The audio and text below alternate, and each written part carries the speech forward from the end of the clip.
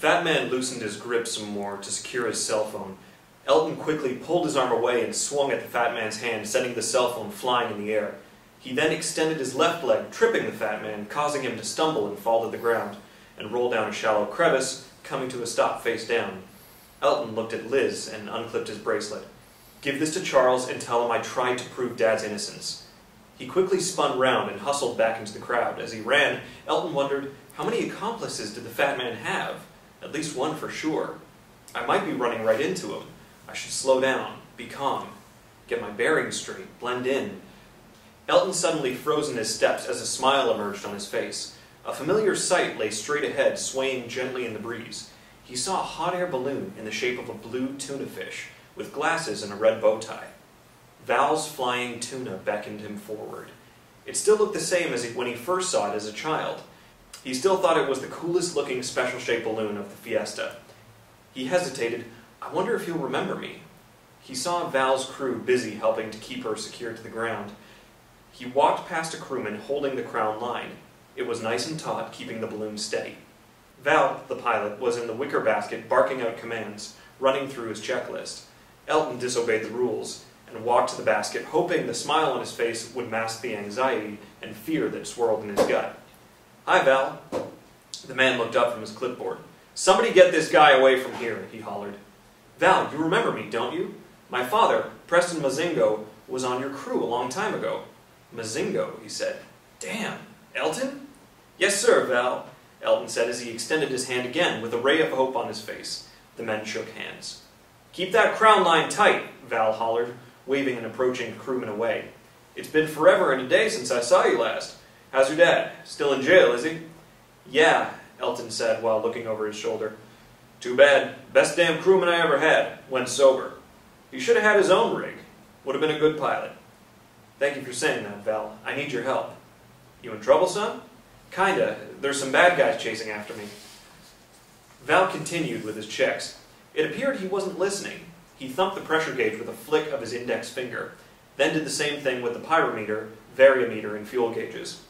"I need to get away, like right now," Elton said. "You want me to fly you out of here, son?" Elton nodded. "You see those folks over there? Come all the way from Modesto, California. Paid good money and got up early this morning just to ride in the flying tuna." Elton looked over his shoulder again, then walked to the other side of the gondola, looking through the crowd. He made eye contact with Val and held it for several seconds. Val turned to the people from Modesto and announced, "Listen, folks, I got a malfunction here. It ain't safe for you folks to go up till I test her first. I gotta take her up with my technician here for a short test run. I promise you a ride later today if everything checks out okay. Hell, I'll even refund your money." There were noticeable sounds of disappointment, but they seemed to fall for the false excuse. "Come on, Techie, let's take her up for a test run." Elton threw his leg over the top of the triangular gondola, then dragged his other leg behind him. He stared down at the instrument panel. It seemed as if a switch had been turned on in the corner toy box of his mind as childhood memories of him and his dad spilled out into the forefront. He listened with glee as Val started barking out commands. Elton checked the pyrometer reading. The temperature in the balloon was well below the red line. Then he helped secure the maneuvering vent line. As the national anthem was playing, he remained vigilant, searching the crowd for movement coming his way. The crowd erupted into cheers and applause at the last three words of the anthem were lost in the crowd's revelry. The intermittent whooshing of sounds from all of the hot air balloon burners made a rhythmic beat that palpitated in his chest. Minutes later, the crowd began the countdown. 10, 9, 8, 7. Then the command was given, and the mass ascension was underway. The flying tuna was in the first wave to lift off. Val's ground crew released the crown line, while Val operated the blast valve, beginning his standard burn, and would continue to do so throughout the flight. Steady 4-second blasts of heat from the propane tanks at 25 to 40-second intervals. The ground crew would now become the chase crew and would follow Val in a vehicle, and hopefully arrive at the landing point before the balloon would, wherever that would turn out to be. Slowly the sky began to fill with hot air balloons. The colorful, odd-shaped balloons rose into the sky like the seeds from a dandelion parachute ball, floating away on the gentle blow from a child at play. Val gave Elton a quick look over. Elton knew the drill. Knees and feet together, keep your knees bent and face the direction of the flight. He broke that part of the rules as he looked downwards towards the crowd, his eyes searching for the fat man and Liz. The higher the balloon soared, the more at ease his nerves became. Conditions were perfect for flying in what was known as the Albuquerque box. The winds at low altitudes blow in one direction, and the higher altitude winds blow in the opposite direction. This helps the balloon take off and land in nearly the same spot. It was like being in a pinball machine, as balloons ascended and descended within the box, like choreographed balls moving in slow motion. They would fly south, then up, then northward, then downward, changing directions with the winds. All the pilot had to do, seemingly, was not to bump into one of the many flying companions. "Nice, ain't it?" Val yelled. "Yeah," Elton yelled back. "You know, at some point I'm going to have to land this rig. Whatever troubles you're leaving down there will still be there when you touch down," Val said. "I know," Elton said. "But for now, the sky's my oyster. Woohoo!" Elton yelled as he watched the special-shaped balloon surrounding him. The balloon coming up behind the flying tuna did not register to Elton as something to be concerned about at first. It, too, was a special-shaped balloon in the shape of an ice cream cone. Elton and Val turned simultaneously as they could feel the ice cream cone-shaped balloon on their backs. "She's getting pretty close," Elton said. "What the hell?" Val said. "Who's flying that rig? Some hotshot amateur showing off? Arschloch?" "Oh no," Elton said. "It's him." Though he couldn't hear him, Elton could read his lips. "Take it down now." It was the fat man, and he had a gun in his hand. "He wants us to land," Elton said. "Is that the SOB you're running from? He done hijacked a balloon. Hold on, son." Val shortened the time between blasts, giving the balloon more lift. "You don't know who he's messing with." The flying tuna started to ascend, pulling away from the ice cream cone. It was losing ground, but followed in pursuit. "He's trying to catch us, Val." "Don't worry, son, he won't." Elton watched as the cone leveled off after climbing to a higher altitude. He felt something whiz by his head like an insect at a high rate of speed.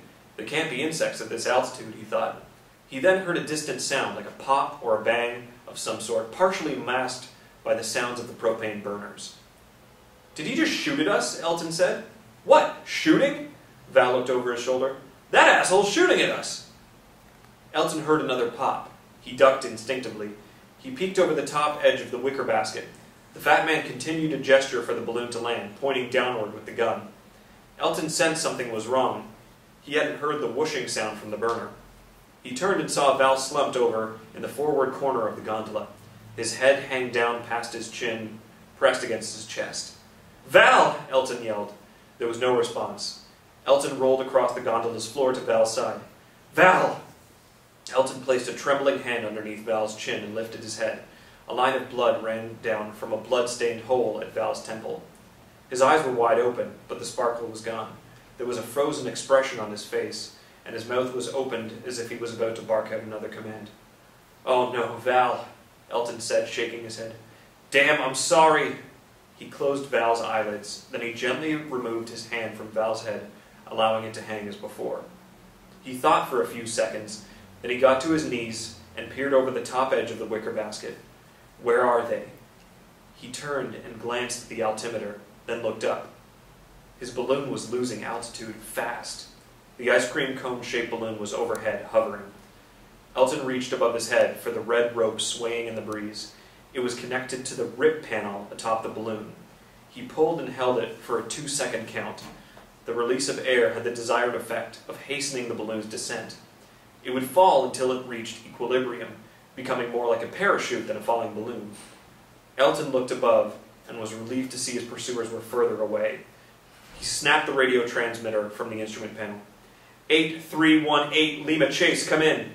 Man, I hope Val's crew's close by. He waited, listening to the static, while looking up to see the ice cream cone-shaped balloon getting closer. It was gaining on him again. 8318 Lima Chase. This is 8318 Lima, come in. 8 Lima Chase. Damn! Again, there was no response. Is this the right frequency? The ice cream cone-shaped balloon came into view again, now at Elton's 2 o'clock position, and provided a clear angle for the fat man to fire a shot. Elton pulled the ripcord again and held it for a count of 3. He descended out of the fat man's line of fire, but now he was coming down too fast and moving southward in the Albuquerque box. He reached for the burner, giving the balloon several blasts of heat in rapid succession to slow his descent. The altimeter reading went from 1,200 feet to 700 feet above ground level in less than a minute. He had too much momentum.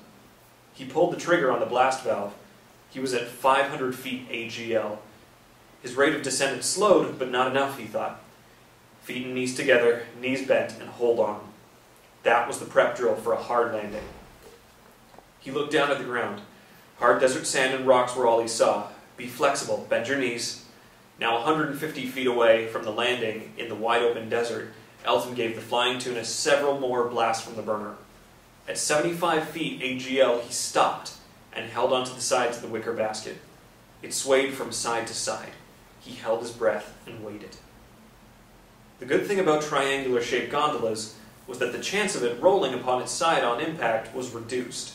The flying tuna touched down hard on its forward edge. The force of the impact threw Elton out of the basket. He landed several feet away from the balloon on his back, slamming the back of his head against the ground. He lay there motionless, unable to focus his eyes. His vision was blurred. He blinked several times as he looked far into the sky. He had the sense that he was still falling. He grabbed a fistful of sand, trying to hold on. He was falling through a cloud in slow motion. It was an odd-shaped cloud, dirty, billowing, long, very long. He felt rolling thunder in the distance coming in. It was coming toward him, chasing him. He couldn't move. The cloud stopped moving and was disappearing. His mind wasn't clear. He couldn't focus his eyes. It was getting dark. His head was hurting. He saw legs walking toward him. Oh no, it's him, the fat man. Gotta get away. He tried lifting his head, then everything faded to black.